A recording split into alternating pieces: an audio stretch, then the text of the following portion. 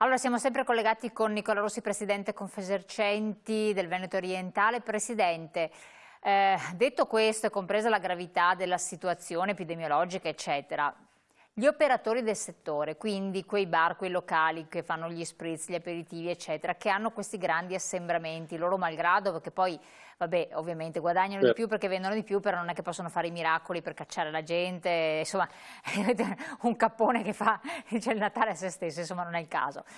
Ma cosa si possono fare? Cosa possono fare? Perché poi scatteranno sempre più le sanzioni a carico purtroppo di questi esercenti fino ad arrivare alla chiusura, come è successo. E siamo all'inizio dell'estate. Che cosa... Credo che sia importante la formazione ai giovani, importante la formazione anche ai nostri, una formazione comunicativa ai nostri baristi, perché tutto si gioca sul far comprendere. Noi abbiamo seguito l'Italia ha seguito una politica, come dire, del dialogo, della comprensione con i giovani, con l'utenza, e credo che sia questa la strada corretta, cioè spiegare bene e ottenere delle risposte positive. Ripeto, io ho visto dei comportamenti in generale positivi, delle risposte fatte bene. C'è stato un po' a un certo punto, parlo di 15 giorni fa, 10 giorni fa, l'impressione del liberi tutti.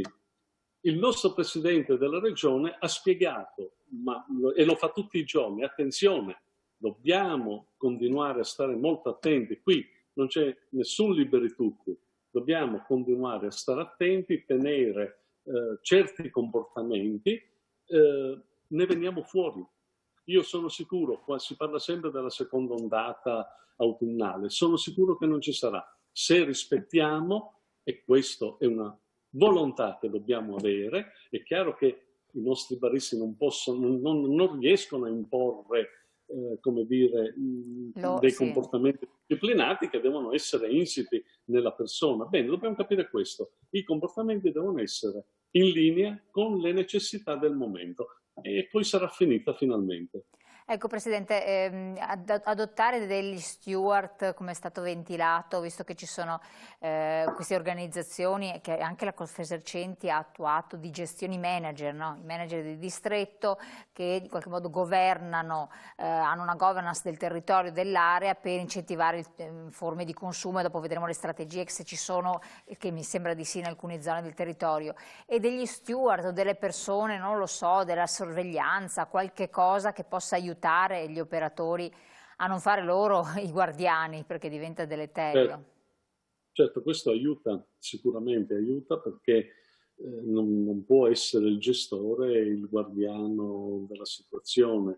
Abbiamo bisogno di un apparato che sia l'apparato pubblico, dai vigili, polizia, eccetera, poi un apparato supplementare sicuramente aiuta e riduce, diciamo, se qualcuno molto gentilmente ti ricorda insomma, stai un attimo distante, la mascherina, insomma, credo che tutto fa. Tutto fa e così evitiamo guai peggiori in autunno, perché vi assicuro che eventuali problemi sarebbero economicamente molto difficili da superare. Insostenibili. A proposito di situazioni che sono cambiate, eccetera, penso con vostra soddisfazione sono stati prorogati, portati più in là l'inizio dei saldi, avevate fatto delle battaglie importanti per questo, eccetera, 1° agosto, saldi, con la possibilità di fare vendite promozionali nel mese antecedente, se non erro. Come vede questa cosa? E poi l'estensione è stata al di là della regione stessa, no? Sì, esatto. Ma dunque, io ho sempre, ormai credo saranno più di 10 anni che sostengo, ho i saldi. I saldi, cosa vuol dire saldo? Vuol dire vendita di fine stagione. Se noi facciamo i saldi all'inizio, che quando si fanno i saldi a fine giugno, inizio di luglio, siamo all'inizio della stagione. Quando facciamo i saldi subito dopo Natale, i primi di gennaio, siamo in piena stagione, vuol dire sicuramente non fare dei saldi. I saldi hanno una grande forza comunicativa, attraggono la gente, è un metodo, diciamo, è una vendita che ha sempre portato nel cassetto degli esercenti soddisfazione economica. Si è sempre monetizzato quel magazzino che rimaneva invenduto. Ora abbiamo avuto il fermo, la chiusura dei negozi, partiamo e immediatamente cosa facciamo? A fine giugno, inizio di luglio facciamo i saldi, non c'è neanche tempo di, come dire, di ripartire e proporre i nuovi capi, anche perché tanto quelli che erano i capi invernali ormai è finita. Però avevano già fatto i E loro saldi, erano già finiti, erano anzi appena ma l'8 era marzo già erano finiti. prima i capi di gennaio, febbraio, marzo, cioè, insomma, quelli non si recupera più. E abbiamo chiesto di portare più in avanti la data dei saldi. Abbiamo ottenuto, credo con soddisfazione, di portarla ai primi di agosto. Quello che noi chiedevamo anche era un blocco, cioè la nostra idea da Padova era il blocco per 30 giorni precedenti di qualsiasi attività promozionale. Non è stato proprio così, ci dobbiamo arrivare credo per piccoli passi, ma credo che il futuro debba essere i saldi nella storica data di fine stagione, un mese prima dei saldi, nessuna forma, solite forme tipo l'SMS che ti arriva, oppure il ripristino dei locali, solite robe che conosciamo, che vediamo ogni anno, e credo che così potremmo ridare dignità a un'istituzione, quella dei saldi, che ha sempre dato ottimi risultati. Però nel contesto attuale e che se non risolviamo, viste le previsioni di crescita PIL, si protrarrà nel tempo,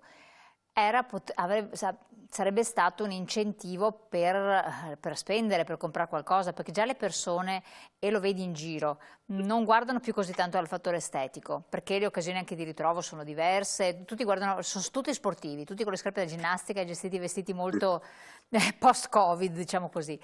Effettivamente non hai quello stimolo ad andare a comprarti qualche cosa, anche se la vedi scontata ma non ti viene. Manco la vedi scontata, manco c'è il saldo, proprio ti passa dall'altra parte, poi quando arriverà agosto dici tanto ormai tra un mese farà anche freddo, la lasci lì, passiamo al prossimo anno. Cioè è rischioso perché rischi veramente di perdere un'opportunità, oltre al fatto che poi molti negozi hanno ancora nelle vetrine i capi della primavera, e questo l'ho osservato perché me l'hanno segnalato più Allora, persone ed è vero, e chi compra il capo della primavera non saldato, ma insomma obiettivamente, cioè, no, è un po' oggettivamente, perfida la cosa. assolutamente. Diciamo che è un momento un po' avulso, no? Totalmente. Tra l'altro credo che c'è il rischio anche, io non credo, però il rischio che l'esperienza Covid abbia cambiato anche da questo punto di Volevo vista. proprio arrivare a questo aspetto. Può, dobbiamo sperimentarlo e capirlo, però oggettivamente è vero che si guarda forse meno in certi casi alla qualità, fra virgolette, più all'aspetto economico. E pratico, l'utilità E pratica. pratico. E pratico. E pratico. A quel Sì, punto andiamo questo. sull'emozionare il cliente, fargli fare esperienze, cioè quello che ci è mancato in 2 mesi e mezzo di reclusione sono state le emozioni di un certo tipo, il fare esperienze, tanto è vero che adesso le persone vanno fuori, proprio vogliono stare all'aria aperta, vogliono fare cose, possibilmente molti non rischiando troppe contaminazioni, però fa piacere stare insieme anche agli altri, ma vivere esperienze col timore che poi per altro periodo dovrei stare magari a ridotto regime di spostamento. Non può essere utilizzata come leva motivazionale per spingere verso un tipo di consumo diverso. E quindi qui strategia. Questo, sì, esatto, ora è tutto da rivedere, forse riconsiderare. È stata un'esperienza traumatica per tutti, 2 mesi e mezzo in casa, credo che abbia perdere quella socialità che noi siamo abituati ad avere sempre, È chiaro che ci sono delle... Ora però bisogna riconquistare, ecco perché quando parlo di smart working isola ancora di più. Ora Sì, dobbiamo questo è vero. riconquistare quello stare insieme, quella socialità che abbiamo in qualche modo perso. Bisogna capire che tipo di abitudini, le abitudini che cambieranno. Abbiamo fatto delle cose in questo periodo che solitamente magari non facevamo in maniera anche il mangiare, non essere andati al ristorante ti ha portato di più a cucinare in casa. Infatti il consumo dei prodotti alimentari, addirittura la farina, ha avuto un'impennata notevole nel periodo del lockdown.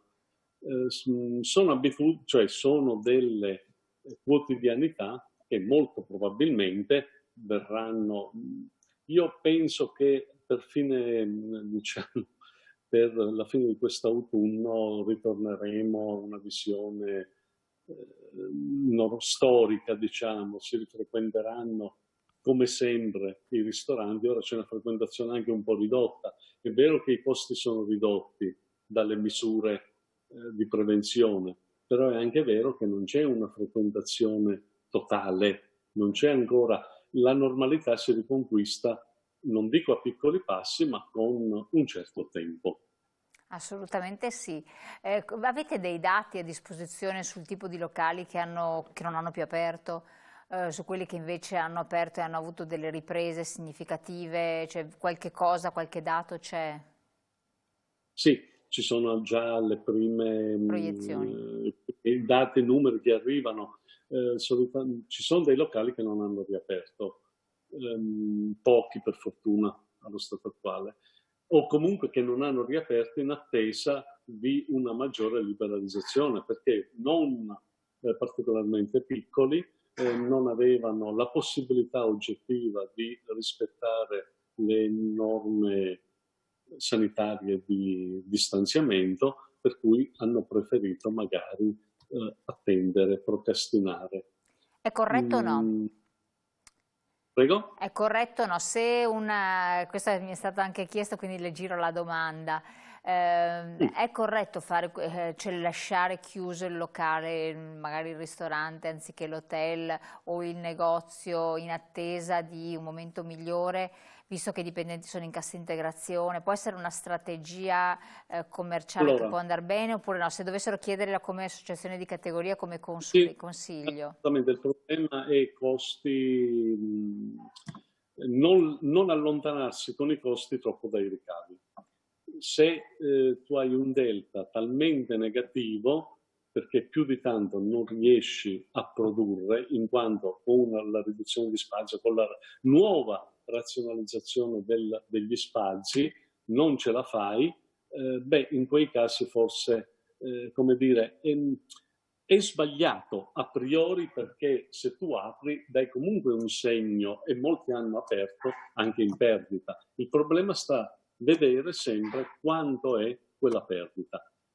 Abbiamo riscontrato solo in pochissimi casi dove oggettivamente l'attività magari ha continuato a tener chiuso, ha aspettato 10, 15, 20 giorni, un mese prima di magari riaprire, ma sono casi molto numericamente bassi. Ah, quindi sono bassi per fortuna. Per quanto riguarda invece gli hotel, Per ora, però per sì, ora. infatti, voi avete adottato e lanciato il manager di distretto, no? È diventato operativo in qualche territorio? Sì, sì, stanno già operando nell'area di Cittadella, nell'area anche a Padova, Cosa sono fanno? già Che- attivi. Ma il manager di distretto è un tecnico, è un manager che mette insieme le esigenze delle attività commerciali del territorio e promuove naturalmente le attività che in collaborazione con poi l'ente pubblico di area.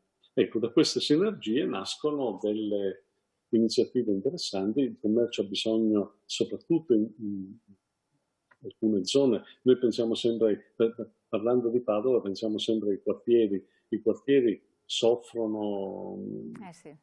per motivi, ogni quartiere ha una sua problematica, se pensiamo all'Arcella c'è una problematica, se pensiamo, non so, Montane, un'altra, ogni quartiere ha bisogno di uno studio particolare per risolvere determinate problematiche che si sono stratificate nel corso degli anni. Quindi vanno gestiti, cioè con una gestione diversa state riuscendo ad ottenere qualche risultato?